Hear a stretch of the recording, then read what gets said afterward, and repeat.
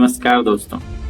ऐसा कहा जाता है कि आवश्यकता ही आविष्कार की जननी है। आज का वीडियो एक ऐसे टॉपिक पर है जिसे हम अपने आसपास रोज देखते हैं, हमारी रोजमर्रा की जिंदगी में हम रोज उपयोग करते हैं। चाहे वो पढ़ाई करने के लिए हो, अंधेरे में उजाला करनी हो या रात में सफर करनी हो। जी हाँ दोस्तों, आज का विषय है लाइट बल्ब। जी हाँ दोस्तों, लाइट ही है जो आज हमारे जीवन का एक अहम हिस्सा बन गई है। इसके बिना एक सरल जीवन की कल्पना भी नहीं की जा सकती। थोड़ी देर के लिए भी अगर लाइट चली जाती तो हम अपने काम को पूरे नहीं कर सकते। आज हम हमारे आसपास जगमगाती दुनिया को देखते हैं, चारों तरफ लाइट ही लाइट। लेकिन क्या आपने कभी ये जानने की कोशिश की है कि इस लाइट या बल्ब का आविष्कार कैसे हुआ, ये काम कैसे करता है, इसको बनाने में कितनी मेहनत लगती है और यह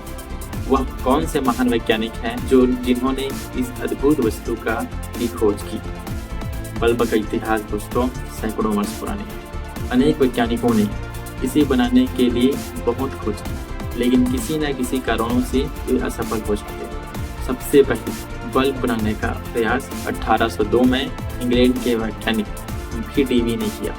उन्होंने बिजली के साथ प्रयोग किया और एक छोटी बैटरी से एक सर्किट बनाया। जब उसने दो तारों के बीच कार्बन का एक टुकड़ा रखकर तारों को उस बैटरी से जोड़ा तो कार्बन चमकने लगा। लेकिन यह घरों को उपयोग करने का लायक नहीं था, क्योंकि यह बहुत तेजी से चलता।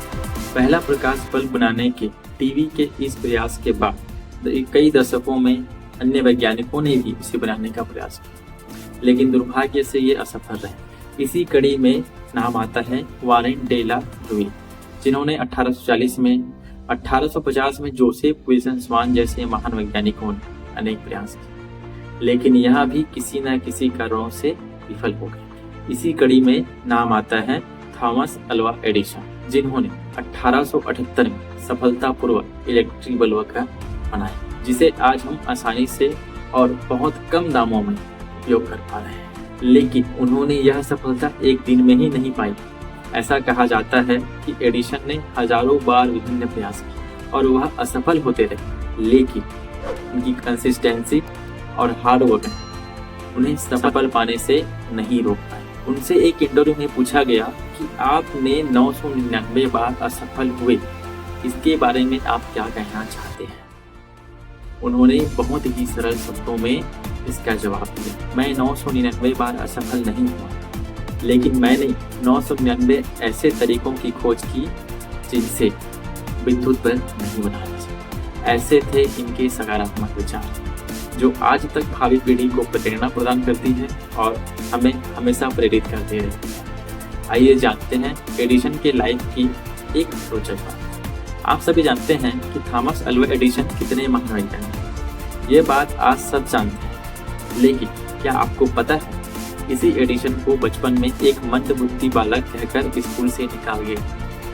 हाँ दोस्तों, मंदबुद्धि बालक कहकर स्कूल से निकाल दिया गया था, लेकिन उनकी माँ के भरोसे ने उन्हें एक महान वैज्ञानिक बनाया। दरअसल बात कुछ ऐसी है कि एक बार जब एडिसन स्कूल में थे तो उनके टीचर ने एक पत्र दिया और कहा इसे ले जाकर अपनी माँ को दे दें।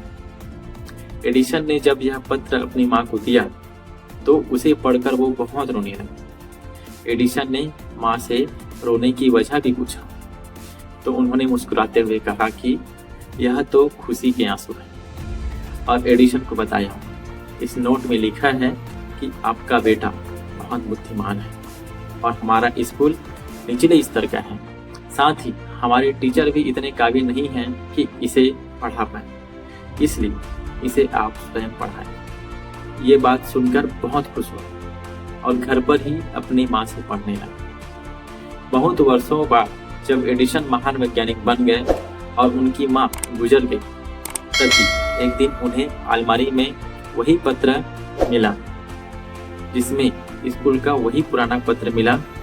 इस पत्र को पढ़कर एडिसन अपने आंसू नहीं रोक पाए। उस नोट में लिखा था कि आपका बच्चा मंदबुद्धि है, इसलिए स्कूल ना भेजें। एडिसन ने इस घटना का जिक्र करते हुए लिखा है कि एक महान माँ ने मंदबुद्धि बच्चे को सदी का महान बना दिया। ये तो हुई थॉमस एल्वा एडिसन की बचपन की बात। अब हम जानते हैं कि बल्ब में कौन सी गैस भरी होती है जिसके कारण यह प्रकाश उत्पन्न करती है। बल्बों के अंदर आर्गन के अलावा हीलियम, नियॉन, नाइट्रोजन, आर्गन और क्रिप्टॉन गैसें भरी होती हैं। बल्बों में इस्तेमाल होने वाले आर्गन समेत इन सभी गैसों को अक्रिय गैस कहते हैं और इसमें जो स्प्रिंग की तरह फिलामेंट लगी होती है वह टंगस्टन की बनी होती है। अब हम जानते हैं कि आखिर क्यों बल्ब के अंदर इनर्ट अर्थात अक्रिय गैस भरी जाती है। अक्रिय गैस निष्क्रिय होने के कारण फिलामेंट को ऑक्सीकरण करने से रोकता है, जिससे बल्ब तुरंत ब्लास्ट नहीं होता है और लंबी समय तक जलते हैं। अगर इन अक्रिय गैसों का उपयोग ना करें तो शायद ही लाइट उत्पन्न हो या कभी कभी ये ब्लास्ट भी हो सकती है। आज के लिए बस इतना ही, मुझे इजाज़त दीजिए। आप सभी का बहुत बहुत धन्यवाद। इसी प्रकार का वीडियो देखने के लिए हमारे चैनल को लाइक करें, सब्सक्राइब करें और बेल आइकन को दबाएं ताकि हमारी जो भी अपडेट्स हैं आपको जल्द से जल्द प्राप्त हो। और इसी प्रकार की और वीडियो देखना चाहते हैं तो कमेंट में बताएं कि आप किस विषय पर वीडियो देखना चाहते हैं।